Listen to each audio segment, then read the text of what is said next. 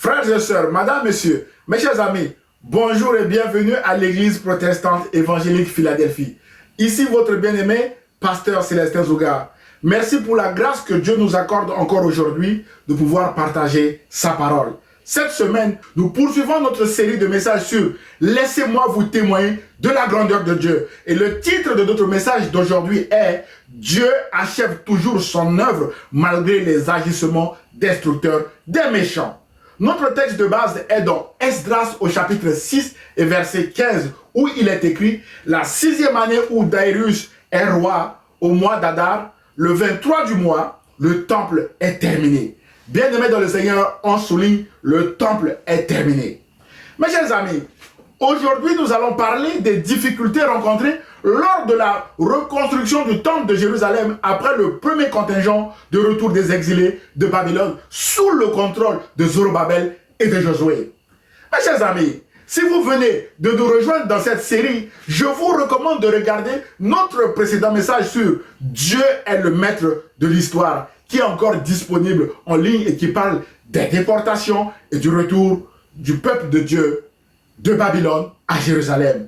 Frères et sœurs, mes chers amis, l'Ecclésiaste déclare que mieux vaut la fin d'une chose que son commencement. D'après Ecclésiaste au chapitre 7, verset 8. Ainsi, nous sommes heureux ou contents de lire notre verset du jour dans Esdras chapitre 6, verset 15, qui nous parle de la fin des travaux de reconstruction du temple de Jérusalem après le retour du peuple de Dieu de son exil babylonien. Frères et sœurs, mes chers amis, souvent, les uns et les autres jalousent quelqu'un qui a souffert pendant des années pour créer et développer une entreprise, pour implanter et développer une église ou un ministère, pour faire des longues études, pour lancer et réussir un commerce, pour terminer une construction sans se préoccuper de ses peines, de ses souffrances ou des obstacles qu'il a endurés, mes bien-aimés. C'est le cas des travaux de la reconstruction du temple de Jérusalem qui ont suscité la jalousie, la trahison, des dénonciations mensongères. Mes bien-aimés, ces agissements ont donné tant de souffrance à Zorobabel, à Josué et à tous ceux qui bâtissent.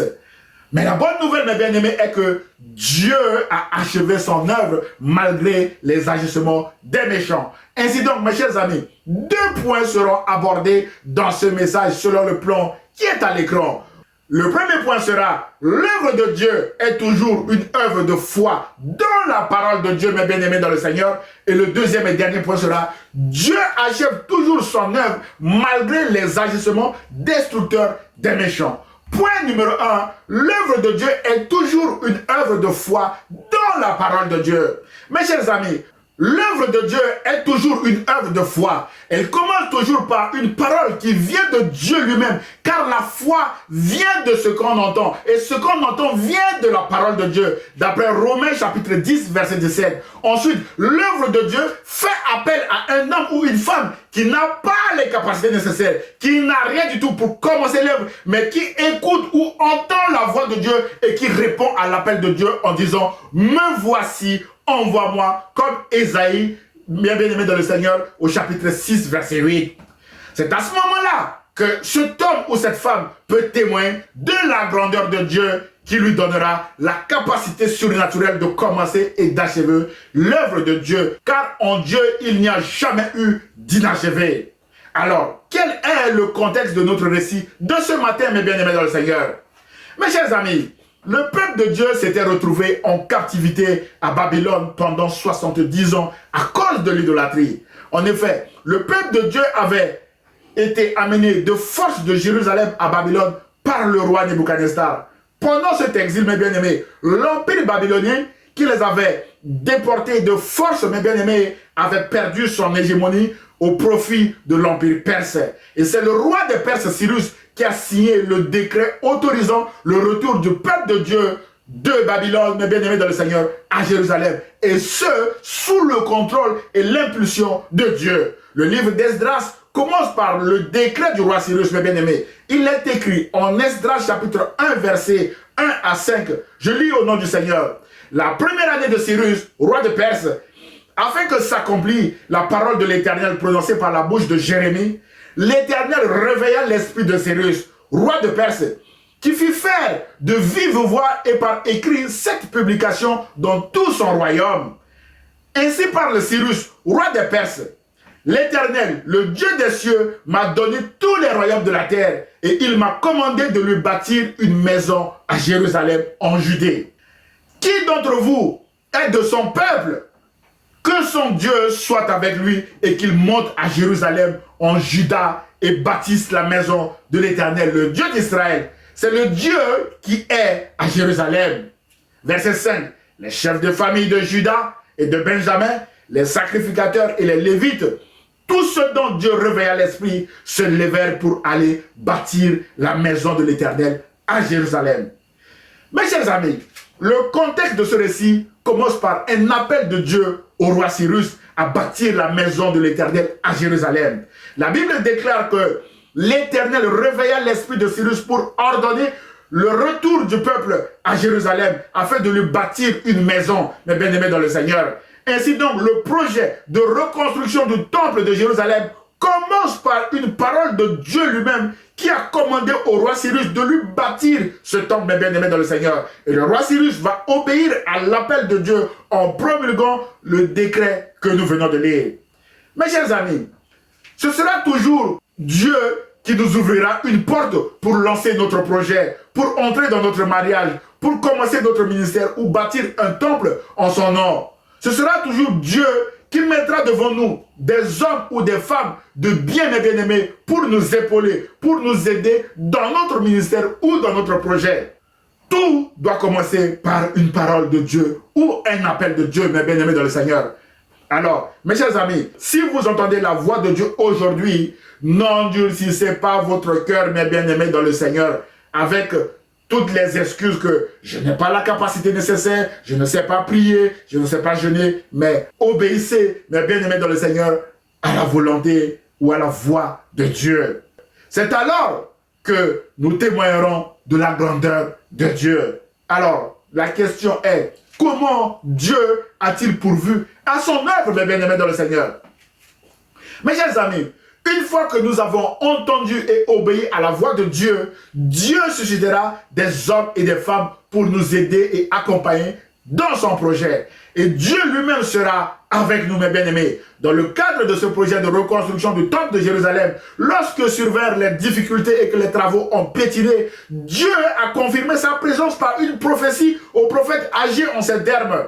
Agé, le messager de l'Éternel, dit au peuple d'après, l'ordre de l'Éternel, « Je suis moi-même avec vous, déclare l'Éternel. » D'après Agé au chapitre 1, verset 13. Frères et sœurs, mes chers amis, nous ne serons jamais seuls lorsque nous obéissons à la voix de Dieu. Dieu lui-même sera avec nous. Dans le cas de la reconstruction du temple de Jérusalem, Dieu a touché favorablement le cœur du roi Cyrus et des personnes qui se sont levées, mes bien-aimés, pour aider le retour de son peuple en leur faisant des dons matériels. La Bible déclare en Esdras chapitre 1 verset 6 que tous leurs voisins leur donnèrent des objets en argent, de l'or, du matériel, du bétail et des choses de valeur, en plus de toutes les offrandes volontaires. On souligne toutes les offrandes volontaires. Mes chers amis, l'œuvre de Dieu est toujours une œuvre de foi. Elle commence toujours par un homme ou une femme qui n'a pas la provision nécessaire, mais qui a écouté la voix de Dieu et qui y a obéi. Il s'agit, mes bien-aimés, ici du roi Cyrus, dont l'Éternel a réveillé l'esprit, et les chefs de famille de Juda et de Benjamin, les sacrificateurs et les Lévites, et tous ceux dont Dieu a aussi réveillé l'esprit, et qui se sont levés pour aller bâtir le temple de Jérusalem. Ensuite, Dieu va pourvoir lui-même à son œuvre en donnant la provision nécessaire. C'est ainsi que des hommes et des femmes vont donner des offrandes volontaires au peuple de Dieu avant son retour à Jérusalem. Et le roi Cyrus va rendre au peuple de Dieu, avant leur retour à Jérusalem, tout ce que le roi Nebuchadnezzar leur avait volé lors de la déportation en pillant le temple de Jérusalem. La Bible déclare en Esdras chapitre 1 verset 7 à 11 que le roi Cyrus rendit les ustensiles de la maison de l'Éternel que Nebuchadnezzar avait emporté de Jérusalem et placé dans la maison de son petit Dieu. Verset 8. Cyrus, roi de Perse, les rendit par l'intermédiaire de Mithrédate, le trésorier, qui en fait le compte pour Seshbassar, le prince de Juda. En voici la liste: 30 bassins en or, 1000 bassins en argent, 29 couteaux, 30 coupes en or, 410 coupes en argent de valeur secondaire et 1000 autres ustensiles. Verset 11. Le nombre total d'objets en argent et en or était de 5400. Tout cela, Seshbassar le ramena de Babylone à Jérusalem avec ceux qui revenaient d'exil. Mes chers amis, dans notre récit de ce matin, Dieu a appelé un homme, le roi de Perse Cyrus, à lui bâtir un temple à Jérusalem. Cet homme a entendu l'appel de Dieu et y a répondu favorablement. Dieu a mis à son cœur, mes bien-aimés, de mettre fin à cette captivité babylonienne qui a duré 70 ans en ordonnant le retour du peuple de Dieu à Jérusalem pour bâtir le temple de l'Éternel. Dieu a aussi donné la provision nécessaire pour l'œuvre en suscitant des hommes et des femmes, mes bien-aimés, qui ont donné des offrandes volontaires pour son œuvre. Dieu a aussi touché le cœur, mes bien-aimés, dans le Seigneur, du roi Cyrus, qui a restitué au peuple de Dieu tout ce que le roi Nebuchadnezzar leur avait volé lors de la déportation. Mon frère et ma soeur, dans ce récit, il y a un appel à bâtir, une réponse favorable d'un homme, Cyrus, qui a dit oui, et la provision nécessaire à l'œuvre donnée par Dieu lui-même. Ensuite, les travaux sont lancés, mes bien-aimés dans le Seigneur. Voilà la grandeur de Dieu dans ce récit. La question de ce matin est: est-ce que les agissements destructeurs des méchants vont-ils empêcher l'œuvre de Dieu, mes bien-aimés dans le Seigneur? Ce qui nous amène à aborder le deuxième point de ce message. Dieu achève toujours son œuvre malgré les agissements destructeurs des méchants. Mes chers amis, si l'œuvre de Dieu est toujours une œuvre de foi qui commence par un homme ou une femme qui n'a pas de provision, mais qui a écouté la voix de Dieu et qui a obéi, mes bien-aimés dans le Seigneur, en se levant pour commencer l'œuvre avec la provision divine, cette œuvre n'est pas exempte de difficultés, de souffrances ou de problèmes. En effet, plus la porte ouverte par Dieu est grande et efficace, plus rudes aussi seront les attaques et plus nombreux seront aussi les adversaires ou ennemis de cette œuvre. L'apôtre Paul disait aux Corinthiens qu'une porte grande et efficace est ouverte à mon activité, mais il y a plusieurs adversaires, mes bien-aimés dans le Seigneur. Frères et sœurs, l'œuvre de Dieu attire toujours des agissements de l'ennemi en vue de la détruire. Mais la bonne nouvelle est ce que l'apôtre Paul a déclaré aux Philippiens en disant: je suis persuadé que celui qui a commencé en vous cette bonne œuvre la rendra parfaite pour le jour du Christ. D'après Philippiens chapitre 1, verset 6. Autrement dit, Dieu achève toujours parfaitement son œuvre malgré les oppositions, les trahisons et les agissements destructeurs des méchants. Mes chers amis, je vous propose de survoler rapidement quelques extraits des chapitres 4 à 6 du livre d'Esdras afin de voir la grandeur de Dieu à travers cette œuvre de reconstruction du temple de Jérusalem. Bien-aimés dans le Seigneur, dès les 2 premiers versets du chapitre 4, il est fait mention des ennemis de l'œuvre. Il est écrit: les ennemis de Juda et de Benjamin apprirent que les fils de la captivité bâtissaient un temple à l'Éternel, le Dieu d'Israël. Ils vinrent auprès de Zorobabel et des chefs de famille et leur dirent: nous bâtirons avec vous, car comme vous, nous invoquons votre Dieu et nous lui offrons des sacrifices depuis le temps d'Esar-Hador, roi d'Assyrie, qui nous a fait monter ici. Mes chers amis, les ennemis de l'œuvre de Dieu ne viendront pas habillés d'un costume ou robe spéciale d'ennemis pouvant nous permettre de les identifier, mes bien-aimés, afin de les éviter. Non, ils viendront avec la ruse, avec un bon motif de nous aider à bâtir l'œuvre. Or, ils viendront pour nous décourager ou pour détruire l'œuvre de Dieu, comme dans ce récit. Ici, mes bien-aimés, ces ennemis semblent être des Samaritains qui sont issus du brassage entre les Juifs autochtones non déportés et les étrangers que le roi d'Assyrie avait amenés à Jérusalem. Ces Samaritains s'opposent au retour des anciens exilés de Babylone et passent par la ruse en prétextant qu'ils servent le même Dieu que les Juifs. Et donc, ils viennent les aider à bâtir le temple de Jérusalem. Or, Zorobabel et ses compagnons de retour d'exil ne sont pas dupes et savent bien que les Samaritains offrent des sacrifices à d'autres petits dieux que le Dieu d'Israël. Raison pour laquelle ils ont rejeté l'offre d'aide de ces Samaritains afin d'éviter au peuple de basculer à nouveau dans l'idolâtrie, cette fois-ci des Samaritains. Nous rappelons que le peuple s'était retrouvé à Babylone à cause de l'idolâtrie. Et de retour de Babylone, le peuple évite toute situation, mes bien-aimés, qui peut les amener dans l'idolâtrie encore à nouveau. Mes bien-aimés dans le Seigneur. Voilà pourquoi Zorobabel et ses amis ont rejeté l'offre de ces méchants. Frères et sœurs, mes chers amis, la Bible déclare en Esdras chapitre 4 verset 3 que « Mais Zorobabel, Josué et les autres chefs de famille d'Israël leur répondirent « Ce n'est pas à vous et à nous de bâtir la maison de notre Dieu. Nous la bâtirons, nous seuls à l'Éternel, le Dieu d'Israël, comme nous l'a ordonné le roi Cyrus, roi des Perses. » Mes bien-aimés dans le Seigneur. Frères et sœurs, mes chers amis, les ennemis de l'œuvre de Dieu chercheront aussi à nous faire changer ou dévier de trajectoire, de direction avec leurs propositions ou leurs plans. Mais ce sera à nous de rester fermes comme Zorobabel et ses compagnons qui sont restés fermes en disant « Non, mes bien-aimés dans le Seigneur, nous bâtirons seuls comme nous l'a ordonné le roi Cyrus, roi de Perse. » Sous-entendu ici, comme Dieu l'a ordonné au roi Cyrus, mes bien-aimés dans le Seigneur. Dieu a ordonné au roi Cyrus et le roi Cyrus a ordonné à son peuple de retour de bâtir et non aux Samaritains.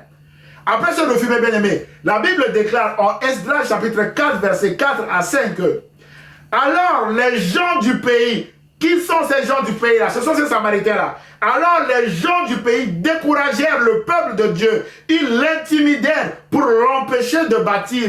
Et ils gagnèrent à prix d'argent des conseillers pour faire quoi? Pour faire échouer son entreprise. Et il en fut ainsi pendant toute la vie de Cyrus, roi de Perse, et jusqu'au règne de Darius, roi de Perse. Waouh! Mes chers amis, les agissements des ennemis de l'œuvre de Dieu vont se multiplier par des dénonciations mensongères. Au roi Artaxerxès, au verset 13, mes bien-aimés, il est écrit que le roi sache donc que si cette ville, c'est-à-dire que Jérusalem, est rebâtie, et si ces murs sont relevés, ils ne paieront ni tribut, ni impôt, ni droit de passage, et que le trésor royal en souffrira. Mes bien-aimés dans le Seigneur. Quel mensonge adressé au roi Artaxerxès! Frères et sœurs, mes chers amis, à cette nouvelle, le roi Artaxerxès va écrire à ses administrés pour arrêter les travaux de reconstruction du temple de Dieu. La Bible déclare au verset 23 que aussitôt que la copie de la lettre du roi Artaxerxès eut été lue devant Rhum, Shmidzai, le secrétaire et leurs collègues, ils allèrent en hâte à Jérusalem vers les Juifs et firent cesser leurs travaux par violence et par force. Mes bien-aimés dans le Seigneur. Et au verset 24, alors s'arrêta l'ouvrage de la maison de Dieu à Jérusalem et il fut interrompu jusqu'à la seconde année du règne de Darius, roi de Perse. Waouh! Mes chers amis, les ennemis de l'œuvre de Dieu vont utiliser la ruse, la violence ou la force pour arrêter l'œuvre de Dieu. Ici, leurs agissements vont arrêter les travaux de reconstruction du temple de Jérusalem pendant 16 ans. Et le peuple découragé va s'occuper de ses propres affaires au détriment cette fois-ci des travaux de reconstruction du temple arrêtés, mes bien-aimés. Mais la bonne nouvelle est que Dieu a toujours le dernier mot. Dieu va parler à son peuple afin de le motiver par l'intermédiaire des prophètes Agé et Zacharie. Mes chers amis, frères et sœurs, le chapitre 5 commence par les prophéties des prophètes Agé et Zacharie. La Bible déclare en Esdras chapitre 5 verset 1 à 2 que les prophètes Agé et Zacharie prophétisèrent à l'intention des Juifs qui se trouvaient en Juda et à Jérusalem au nom du Dieu d'Israël qui était avec eux. Verset 2. Alors Zorobabel et Josué se levèrent et commencèrent à reconstruire la maison de Dieu à Jérusalem. Les prophètes de Dieu étaient à leur côté pour les soutenir. Mes bien-aimés dans le Seigneur, les travaux sont arrêtés. Un mot de la part de Dieu, Josué, Zorobabel et les autres se sont levés pour reprendre les travaux de reconstruction du temple de Jérusalem. Mes chers amis, un mot de la part de Dieu a suffi pour relancer ces travaux. Au chapitre 6, la délivrance arrive. La Bible déclare en Esdras chapitre 6, verset 14 à 15 que « Et les anciens des Juifs bâtirent avec succès selon les prophéties d'Agé, le prophète, et de Zacharie. Ils bâtirent et achevèrent d'après l'ordre du Dieu d'Israël et d'après l'ordre de Cyrus, de Darius et d'Artaxerxès, roi de Perse. » Verset 15. La maison fut achevée le 3e jour du mois d'Adar, dans la 6e année du règne du roi Darius. En un mot, ils ont bâti le temple des bien-aimés dans le Seigneur en respectant le cahier de charge donné par Dieu lui-même à Cyrus, les bien-aimés dans le Seigneur. Mon frère, ma soeur, quel est votre cahier de charge? Êtes-vous en ce moment en train de bâtir l'œuvre que Dieu vous a confiée conformément à son cahier de charge, mes bien-aimés?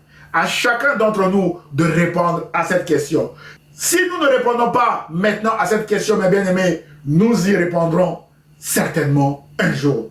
En conclusion de notre message de ce matin, mes bien-aimés dans le Seigneur, frères et sœurs, mes chers amis, l'œuvre de Dieu commence toujours par une parole de Dieu à laquelle nous devons y obéir sans regarder à nos capacités et nos moyens financiers. Puis, Dieu lui-même pourvoit à son œuvre. Mes chers amis, l'œuvre de Dieu attire toujours des ennemis.